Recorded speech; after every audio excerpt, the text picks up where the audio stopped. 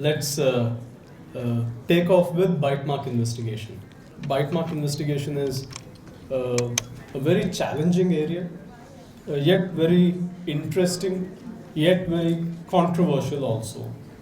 We'll come to those controversies a little later, but first let's try to define what a bite mark is. It's ironic that the definition of a bite mark has to be given by someone called MacDonald. So this definition is actually given by one gentleman named MacDonald, and it's a beautiful definition. MacDonald says that a bite mark is essentially a mark made by teeth. And in addition, he adds either alone or in combination with other mouth parts. So he doesn't say whether the mark is made by human or animal teeth, whether it's made on human tissue, animal tissue, or any other kind of object. So the beauty is its simplicity here. So effectively that's what we are looking at, marks made by teeth, and these marks may either be made by the teeth themselves, or sometimes when you actually bite into something, you may also thrust your tongue against that tissue, and that tissue then presses against the lingual surfaces of the teeth or the palatal rugae. So therefore you can get to see structures other than the teeth also. That's why the second part of the definition. Now, what's the basis for bite mark investigation? Well, it's twofold. The first is that we all have a unique set of teeth. So the teeth in every one of us is arranged in a very different way. In fact, there are some who've done some permutations and combination and found that teeth can be arranged in 1.36 into 10 to the power of 26 different ways. Now, what does this mean? What does this permutation and combination mean? Well, let's say I have an excellent set of teeth, and I have all my teeth arranged in a very nice manner, aligned in a very proper manner. So that is my dentition number 1. Now let's say we have another person wherein once again all the teeth are well aligned, well arranged, except that 1/3 is slightly rotated. It's rotated in such a way that the mesial surface is facing labially, distal surface is facing lingually. Now remember, when we are talking about bite marks, we are not really interested in all the teeth in our mouth. We are focused more on the upper and lower anterior teeth. So that's what I mean when I say all the teeth are well aligned or one tooth is slightly misaligned. So you see, my dentition versus the second person's dentition is different because I've got a well aligned set of upper and lower anterior teeth, but this other person has that just one canine which is slightly rotated. Now let's take a third individual. In this third individual, it's not 1/3 which is slightly rotated, it may be 2/3 which is slightly rotated. So you see, when you start rotating teeth in different ways and you start rotating multiple teeth in different ways, every one of us is likely to have a very unique set of rotations to our teeth, and that's what this statement is saying, that the way the teeth are arranged in us, in every one of us, is quite unique. And more than the upper teeth, I think you have to look at the lower teeth. That's where the real arrangement and rotation and spacing can be seen, can be appreciated.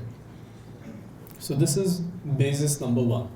The second basis is that this uniqueness is represented in a bite mark on the human tissue, on any object where the bite was made. So in a lot of ways, I go back to the example of fingerprints.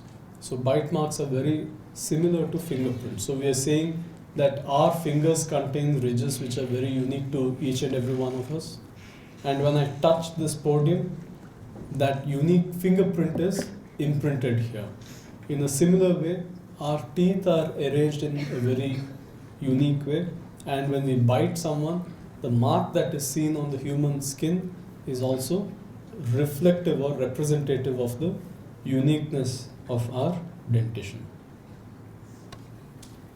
Now, you can broadly categorize bite marks as those being caused by humans and those being caused by animals. Now, animal bite marks is a completely different lecture, and I do take this lecture for my students in third BDS back in Dharwad. But that in itself is a very interesting but a very different lecture wherein we talk about animal dental patterns also. But what is more important, without doubt, are human bite marks. Legally speaking, it's bite marks made by humans, bite marks made on humans, which is much more important. So we'll spend the next 40-50 minutes on this aspect. Now, I already showed you this figure, a bite mark on a piece of chewing gum. So bite marks can be found on these edible items. Bite marks may also be found on human tissue. And I've shown you this slide too, which shows you that bite marks, particularly on humans, are made in cases of sex crimes, vicious or violent fights, and also domestic abuse cases. Now, there are different types of bite mark injuries. And the most common form of bite mark injury is called as a bruise, a bruising or contusion, wherein you have applied pressure on skin, but the pressure is not enough to actually lacerate or tear the skin, but the pressure is enough to actually rupture the minute blood vessels just below the skin. And that results in something called as subcutaneous hemorrhage. So bleeding just below the surface of the skin results in an injury called as a bruising. So this is what is most commonly encountered in human bite marks. Now there is a more vicious type of injury that's called as a laceration. It's a cut wound or an open wound wherein the integrity of the skin is now broken and you can see the underlying tissue. So as the intensity of the bite increases, from a bruising we end up going into a laceration. Furthermore, we have something called as abrasions. Abrasions are nothing but superficial scrape, wherein the epidermis, the most superficial layer of the skin, ends up getting peeled off. Imagine you two or three of your friends are trying to get through a door together, and one of you ends up, scraping your hand against the door or a wall. So there's an injury wherein the topmost layer of your skin is peeled off. So that's an abrasion. So teeth can result in a similar injury, can cause abrasions. Now you've heard of dental avulsion of teeth, but you probably wouldn't associate the term avulsion with a bite mark injury, but you do get to see avulsions in certain nasty bite mark cases. So part of the human tissue or an entire human tissue, such as perhaps the ear, is completely bitten off or ripped off from the face. So that's an avulsion. Now notice that this may not have a lot of significance or evidentiary value, in the sense we may not be able to identify the tooth marks very clearly on this avulsed wound. So you may be able to appreciate these bite mark injuries better, tooth marks better on either lacerated or contused wounds, not necessarily on avulsed wounds. Another type of wound is actually called as an indentation. So indentation, some may say it's not really a wound, it's just a feature, it's just a characteristic wherein there's a little bit of depression caused in the skin. And you may end up seeing these indentations more in dead persons, So let's say someone has attacked a person, that person has died, and the bite mark has been made around the time of death. Normally what happens is that our skin has the ability to regain its original contour. So consequently, these indentations may not last very long because our skin comes back to its original contour. But after death, the ability of tissue to regain that original contour may be lost. Therefore, you may end up seeing these indentations in dead subjects. Rarely, you may also see it as part of a healing lacerated wound. But this is a lot less common than bruises or lacerations.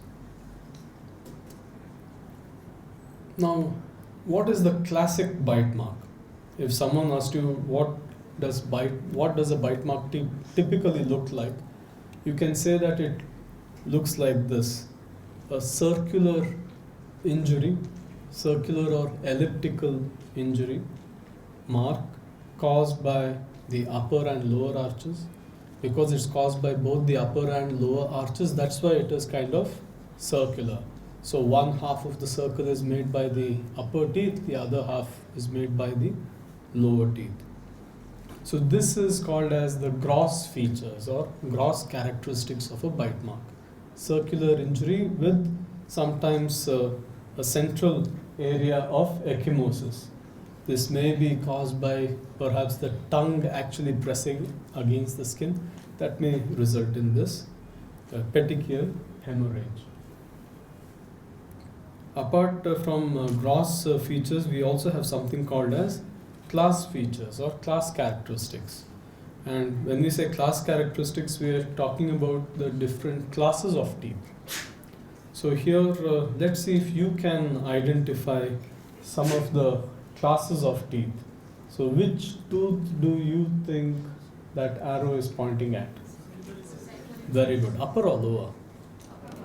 Excellent.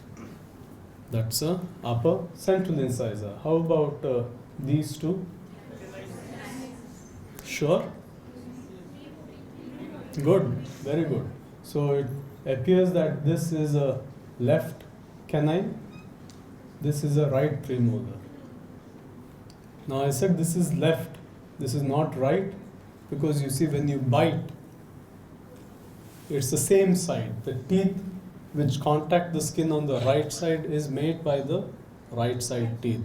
Teeth which contact the skin on the left side are made by the left side teeth.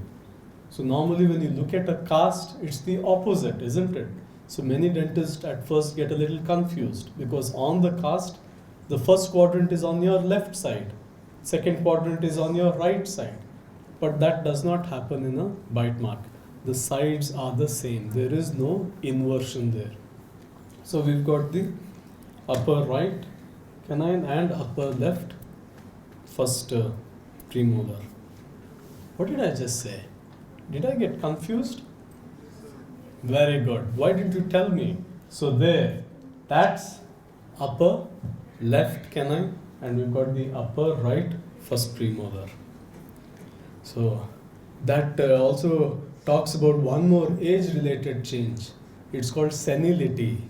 And it's called dementia and the ability to forget. Yeah. So finally, apart from class characteristics, what really makes a bite mark unusual is something called as individual feature or individual characteristic.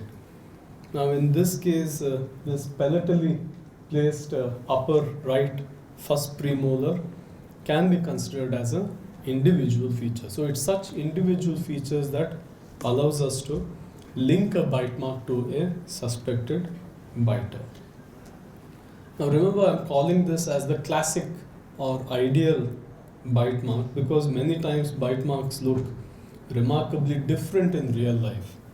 So they may look like this, so it may be your task to try to identify the teeth even in the middle of all these different types of injuries. Now these striations you see here, also called as drag marks or dragging, They're called as dynamic striations. And you'll also notice here that we have an elliptical bite mark. So the bite mark may look very different than what you actually may see in an ideal situation. Now I also want to cover the common areas where bite marks may be found. Now the breast is the anatomical area which is bitten most often. So that just tells you that it is likely to be a male perpetrator and the victims are likely to be female, and it is likely to be a sexual assault in which bite marks are encountered. Of course, arms and legs, the extremities are also fairly high. Head and neck is a little lower down the order, and the lowest, of course, is the abdomen at nearly 2%. So, why do we need to know the common site of bite marks? I'll come to that in a short while. Now, however, let's proceed to collecting bite mark evidence. And there are two aspects of collecting bite mark evidence. One is to collect it from a victim of a bite mark. The other is to collect it from the accused person, the person who is supposed to have caused the bite mark. But before you do collect any evidence from the victim, you need to ask certain questions and answer them satisfactorily. The first one is it really a bite mark? Now, the reason you need to ask this question and get a yes answer is because there are certain injuries which mimic a bite mark. They are not bite marks, but they look like a bite mark. Example, defibrillator pads which are used in resuscitation. The pressure that is used to resuscitate a person using those pads leave certain marks, bruising, which appears like a bite mark. They're kind of U-shaped or semicircular shaped. So they appear like bite marks, but they are not. Sometimes you may have a chain, a necklace that has been pressed on the chest, and that also may look as though it's a U-shaped mark, mimicking a bite mark. Or sometimes a person may have kicked another person, and the heel of a shoe such as the one we males wear. So you see it has a very broad heel, U-shaped. That also may result in a mark which looks like a bite mark bruising. So how do we try to differentiate such a bite mark mimicking mark from an actual bite mark? The lack of class characteristics.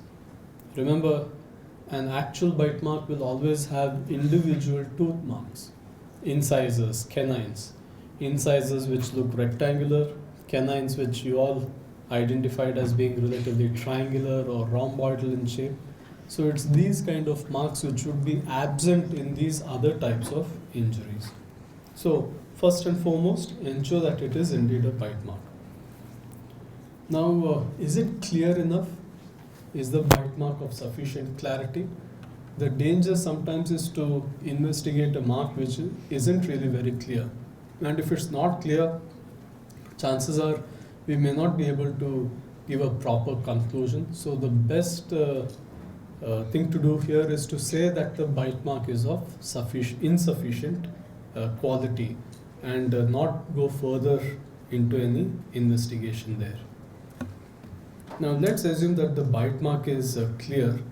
Then you have to answer, was it caused by human teeth or was it caused by animal teeth?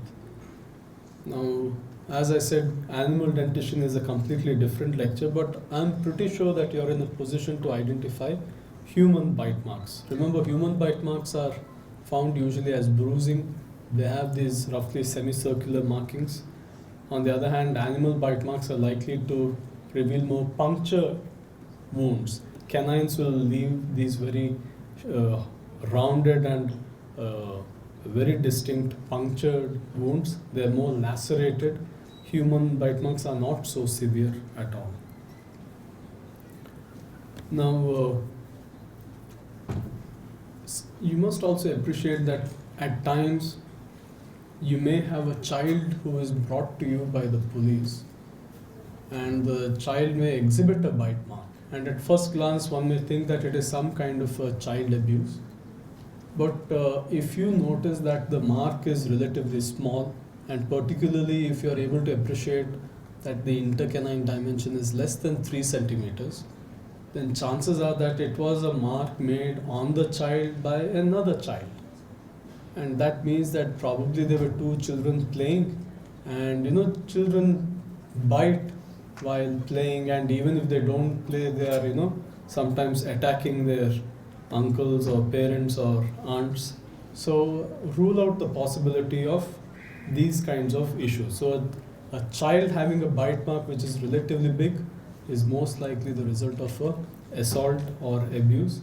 Otherwise, it can just be a case of simple one child biting another with no forensic consequence. Extremely important, are there any individual characteristics? So when you have individual characteristics, that allows you to establish identity with the suspect. So once you've answered these questions, how do we collect bite mark evidence from a victim of a bite mark? Case demographics. You have to ensure that you collect all the relevant information related to the case. That includes the case number, date, time, age of the victim, sex. All this information has to be collected. Remember, the case number is something which the police will provide you with. If the police have asked you for help in a case, there'll always be a case number. It will be a very simple, case number 227, slash 2016, police station name so and so. It can be a very simple number such as that, and it will also include information on the IPC sections under which the case has been filed. So make sure you note down all of these things, including these other basic demographic information. Now, in addition, also obtain a history if the victim is alive. Ask the victim when he or she was bitten, where he or she was bitten, how many people actually bit him or her. So all this information has to be elicited. If the victim is dead, then you have to undertake a thorough physical examination of the entire body yourself. And this is where information on the common site of bite mark comes in. So once again, the breast, the arms, the legs, these are the areas you will have to look at if it is a female. If it's male, usually you can look for any bite marks on the fist, because they may have tried to fight off another assailant, and in the process may have tried to hit the mouth, and in the process hit the teeth, and marks may have come onto the fingers and hands. In homosexual bites, it's considered to be found more often on the shoulder and on the back.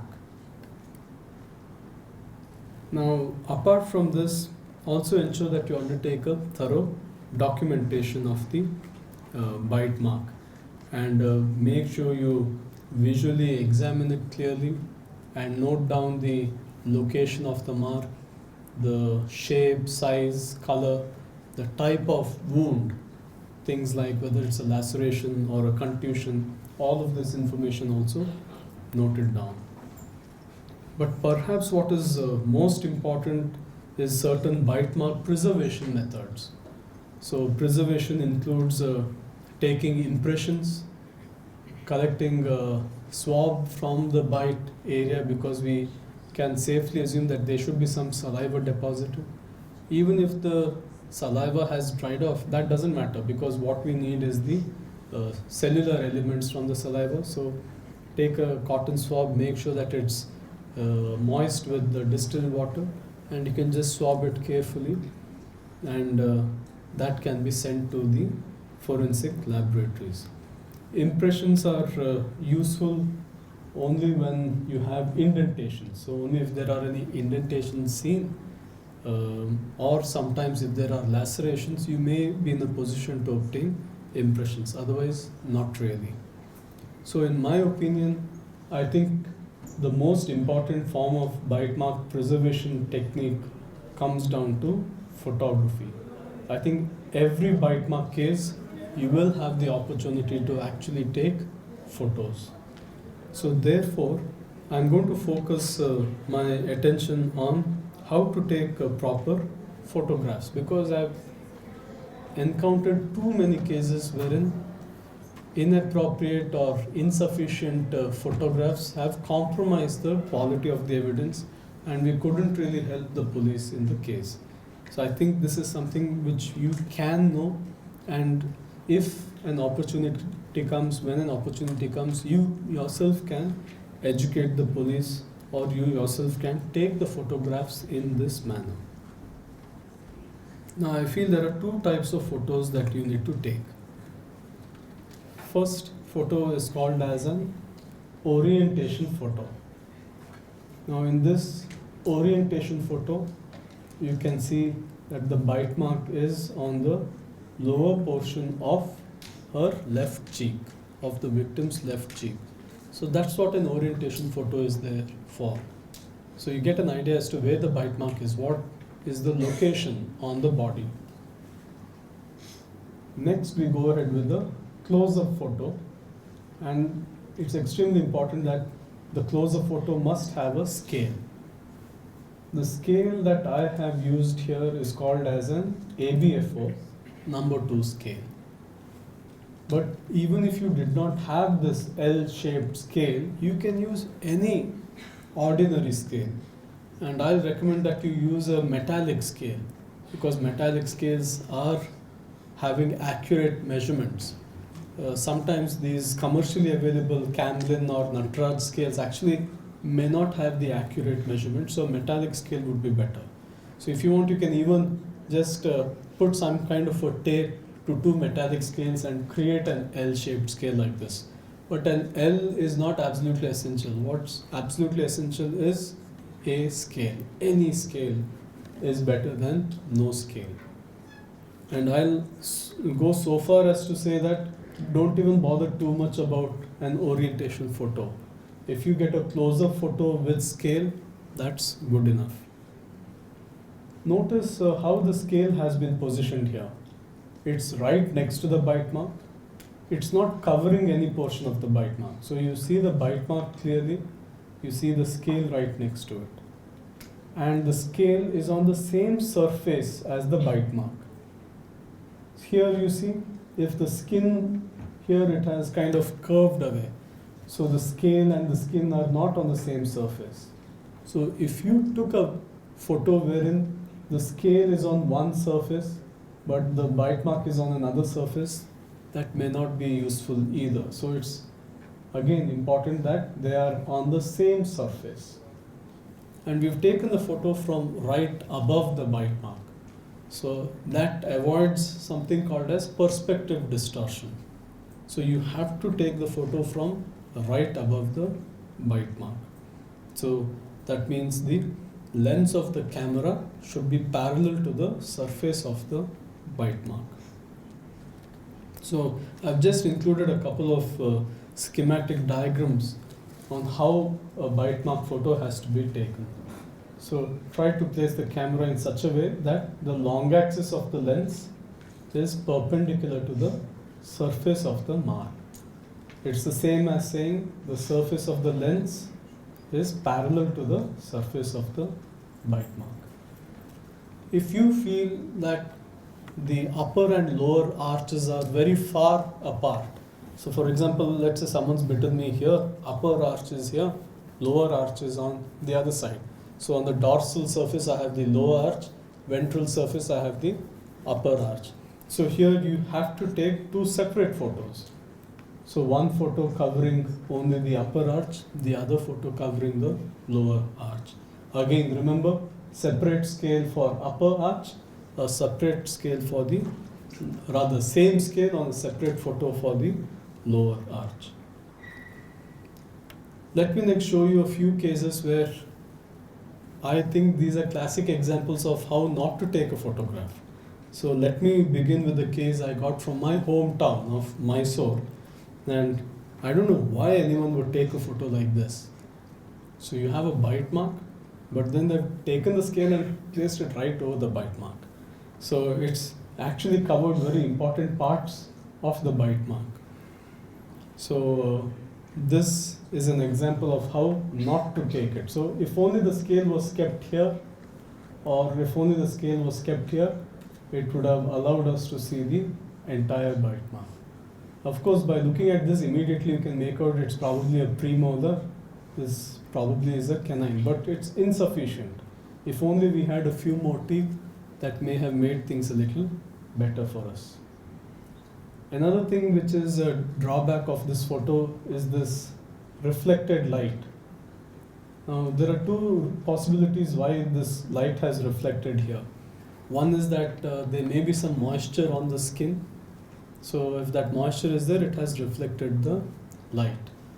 The other possibility is that they may have used a point flash.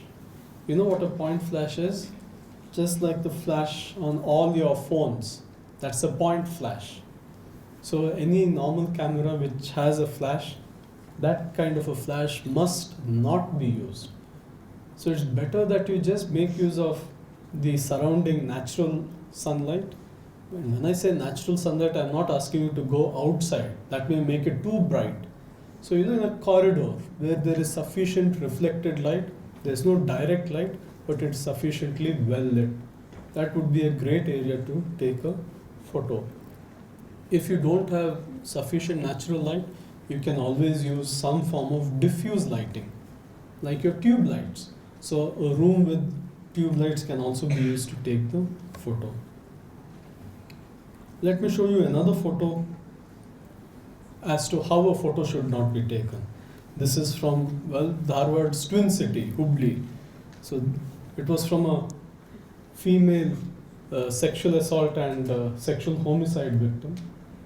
So I'll show you another photo in this case in the next slide.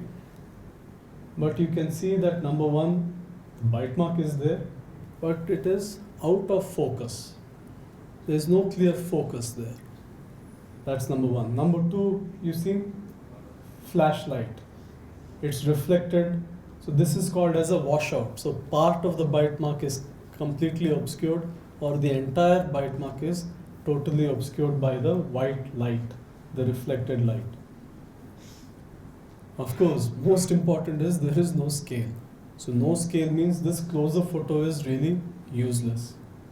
And lastly, you'll see there's so much of hair here.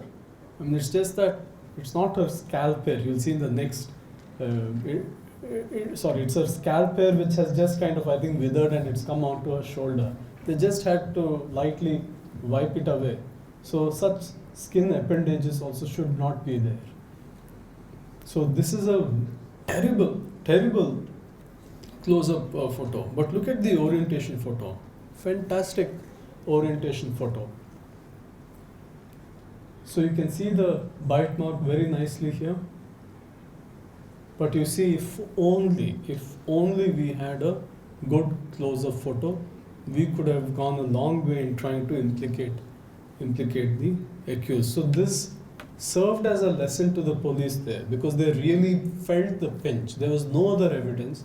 This was the only evidence, and they realized that them not having taken the photos properly really, messed up their case. So I think finally now, after many, many years, they managed to get some DNA evidence. That's what they're saying, but I'm not sure. The culprit was roaming scot-free for many years, even though this was brought to us in 2009. For at least 4 or 5 years after that also, he was freely roaming around the cities. So I've shown you how to take photos and how not to take photos.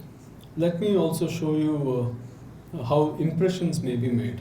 And this is one of those rare cases which we got wherein we were able to use impressions. By and large, we are only able to take photos, but here there was an indentation.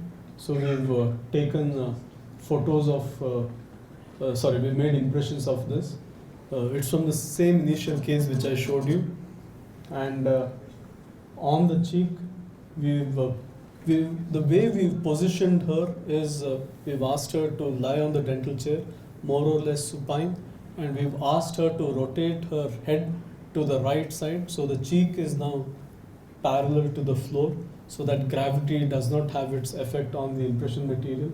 We've used light body impression material, and we've poured the impression material, and we've also used some dowels to kind of stabilize the material, not to let it flow too freely.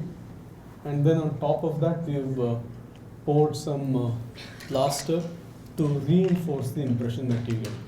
Of course, we've done this reinforcement only after the light body material has completely set. So that means it takes a few minutes to set. You should request the victim to stay as still as possible. Now remember, the victim realizes that you're doing all this to try to help him or her. So they're naturally very cooperative. But still, as a matter of courtesy, request them, be polite, and tell them the procedures that you're doing, how much time it will take, and how much of a cooperation you would need, in what way that will help you.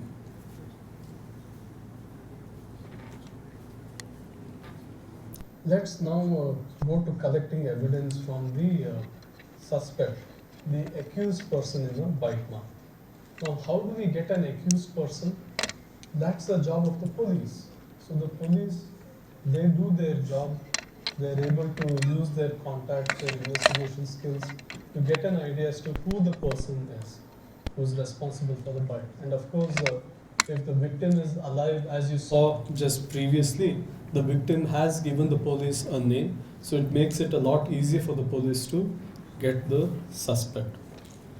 Now, before you collect evidence from the suspect, I think it's always better to ensure that the accused person, when he or she is brought to you, is under arrest. So when the accused is under arrest, it means you can now collect the evidence without any problems. And usually that accused person must be produced under arrest, obviously in police custody.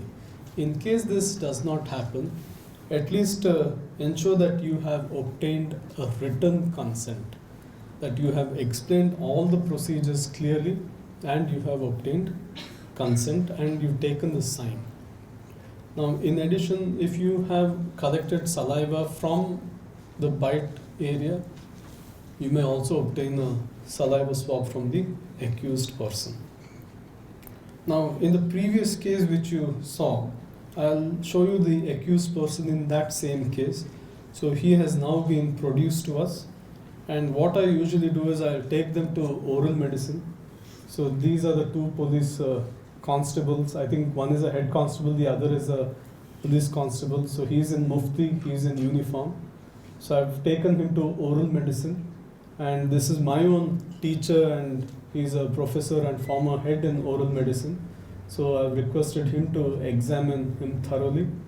So he's done the examination, and then I've requested our college photographer to take the photos, intra-oral and extra-oral photos. I've also requested one of the postgraduates there in oral medicine to help us out.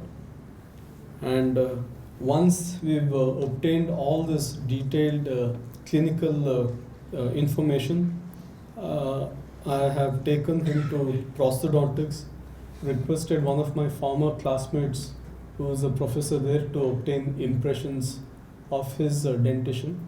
You notice that my friend here is checking whether the material has set, because he's used putty material, so it takes again a few minutes, 6 to 8 minutes to set. So he's just checking if it has set. And the suspect, of course, is cooperative. He is seated idly. So then we have poured the casts, and then we have used it further in our analysis and investigation. So what is the analysis and investigation that we need to do? We essentially need to try to compare the bite mark with the suspected person's teeth. So to do that, first look closely at the photograph, look closely at the bite mark, try to identify whether it's a lower arch or the upper arch. And what I do is I use software similar to the GIMP software I showed you in the morning, or Photoshop software. You can enhance the brightness and contrast. That way you can get a better idea about what tooth marks are present there. And once that is done, you can turn your attention. There are several other steps to the analysis. And one of the reasons why we need the scale is to do something called as a live sizing. So the bite mark should be the same size as it was originally. So otherwise we can't really do the comparison, because remember, the cast is the same size as the teeth. So you need to compare the cast of the suspect, which is an original size, to the bite mark also, which should be of the same size. So the scale gives us an idea as to what the actual size is. So that's a very important step. So we call that as live sizing. So we have live sized, LIFESIZED, live sized the bite mark images, and we then turn our attention to the suspect's dentition. We have analyzed the teeth very closely, looked at all the different teeth, the amount of attrition, the number of teeth present, the rotations of the teeth. And I'm sure some of you can appreciate quite clearly that I have highlighted the biting surfaces. The incisal edges are outlined here. The upper and lower anterior teeth, you may see a black color outline there. So I've actually outlined those areas only. That's the area of interest, because when you bite, those are the areas which would have made the bite mark, not any other surface. So it's these areas which we then copy and then we paste it onto the bite mark photograph. So I've just rotated the bite mark because I felt that these are the upper teeth. My opinion was that these are the upper two central incisors, and I thought this was a lateral incisor. So I've just superimposed those two teeth, and it appears to be a reasonable match here. It appears to be fitting relatively well. Now that you have done this comparison, once you have done the fitting, then you can write, there was also bite mark on the right side. So I've actually done the comparison of the bite mark even on the right side, but it was a very diffuse mark. It wasn't very clear, so it wasn't very helpful. So the primary mark was the one on the left cheek. So now that you've done your comparison, you have to undertake a thorough description of the evidence and talk about the degree of certainty of identity. How close does it fit? Are you sure it is really the person, or do you have some doubts? So accordingly, we give something called as a bite mark conclusion. So if you're very sure, then we say there's reasonable dental certainty that it is the same person. On the other hand, if you think it's probably the biter, then if you have a little bit of doubt, you say it's probably the biter. If you think it may be, it may not be, you say that it's possibly the biter, so on and so forth. So more confident you are, higher is the degree of certainty. Now in the previous case, I have given it as probably the biter, and reasonable degree of certainty, I only use it in very rare cases. So it's barely 10% of all cases that I have assessed, have I said reasonable dental certainty. But more often than not, as in the previous case, it is probably the biter. Many times it is also possibly the biter, or excludes the suspect. Remember, exclusion is also very important. That means you're saying that this person is innocent. He is not really the one responsible for the bite mark. So many people believe that exclusion is as important as reasonable dental certainty.